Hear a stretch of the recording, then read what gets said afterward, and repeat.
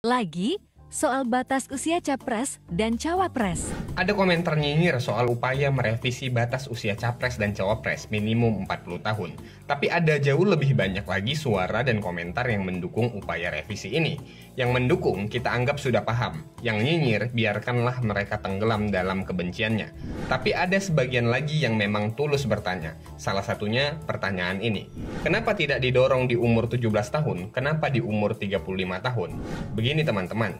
Cara terbaik untuk menemukan landasan yuridis dan scientific evidence atau bukti saintifik dalam merevisi suatu aturan, suatu undang-undang adalah dengan merujuk pada undang-undang sebelumnya yang pernah ada dan pernah berlaku. Pada Undang-Undang Pemilu tahun 2008, umur minimum capres dan cawapres itu adalah 35 tahun.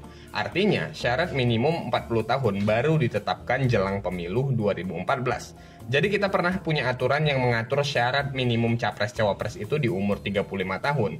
Itu berlangsung pada Pilpres tahun 2004 dan Pilpres tahun 2009. Sebenarnya, Gerindra sendiri memberi catatan bahwa pembatasan umur bagi capres dan cawapres adalah inkonstitusional. Dengan kata lain, diskriminatif terhadap mereka yang berumur di bawah 40 tahun. Umur berapapun itu. Tapi seseorang tidak bisa ujuk-ujuk mencalonkan jadi presiden tanpa kita tahu kapasitas dan kapabilitasnya, bukan? Untuk itu, Gerindra mengajukan agar syarat capres dan cawapres itu diarahkan ke wilayah kapasitas dan kapabilitasnya dengan merujuk pada pengalamannya sebagai penyelenggara negara. Dengan begini, kita bisa menghapus diskriminasi sekaligus menjaga agar capres-cawapres yang akan berkompetisi memang sudah punya kapasitas untuk memimpin. Pada akhirnya, semua keputusan diserahkan ke tangan rakyat, tapi Indonesia tak boleh berhenti pada mereka yang sudah berumur 40 tahun saja. Indonesia adalah tanggung jawab kita semua.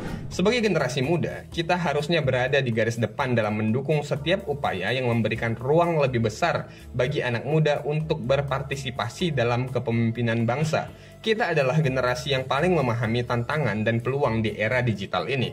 Kita tahu betul bagaimana teknologi, inovasi, dan ide-ide segar dapat membawa perubahan positif bagi Indonesia. Jadi, ketika ada undang-undang yang mencoba mengakomodir anak muda, kenapa kita malah menentang? Bukankah ini adalah kesempatan bagi kita untuk membuktikan bahwa anak muda tidak hanya pandai berbicara, tapi juga mampu bertindak dan memimpin?